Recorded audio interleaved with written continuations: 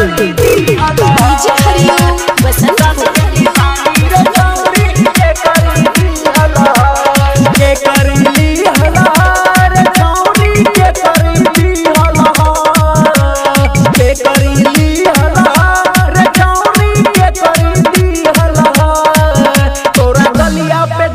निशानी रे चौरी के करीली हला तोरा गलिया पे दांत के निशानी रे चौरी के करीली हला के करीली हला रे चौरी के करीली हला तोरा गलिया पे दांत के निशानी रे चौरी के करीली हला तोरा गलिया पे दांत के निशानी रे चौरी के करीली हला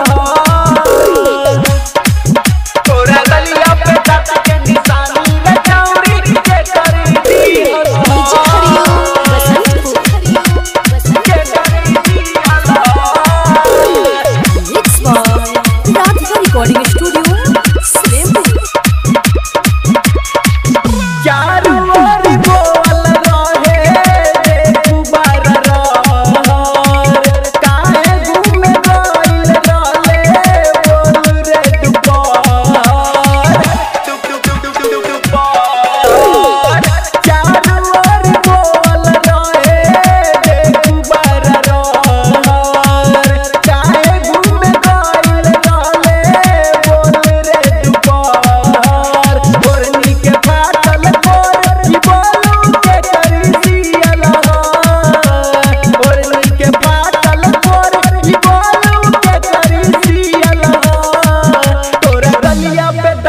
निशानी रे छौरी के करीली हला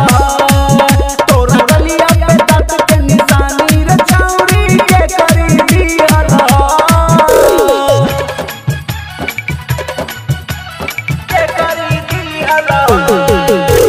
डीजे हरिओम बसंत के करीली हला लागता किसे कइले रहले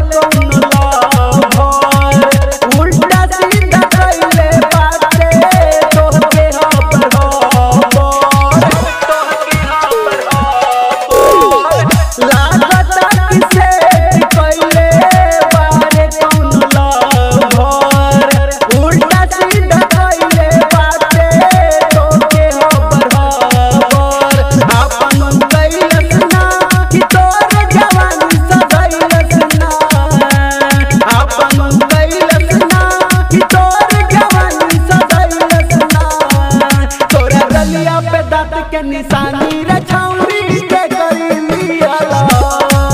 तोरा गलिया पे दांत के निशानी रे छौरी के करीली हला mix by Radhika recording studio DJ Hariom Basant के करीली हला मनोज दिलवाला रहने आकी धर में तोरा के कपलार पाइने धर के खूबे अंदर मनोज दिलवाला रहने आकी धर में तोरा के कपलार पाइने धर के खूबे अंदर उठवा के पियलाई त तोर कहानी दियला उठवा के पियलाई त तोर कहानी दियला तोरा गलिया पे दांत के निशानी रे छौरी के करी दियला तोरा गलिया पे दांत के निशानी रे छौरी के करी दियला के करी दियला रे छौरी के करी दियला के करी दियला रे छौरी के करी दियला तोरा गलिया पे दांत के निशानी रे छौरी के करी दियला।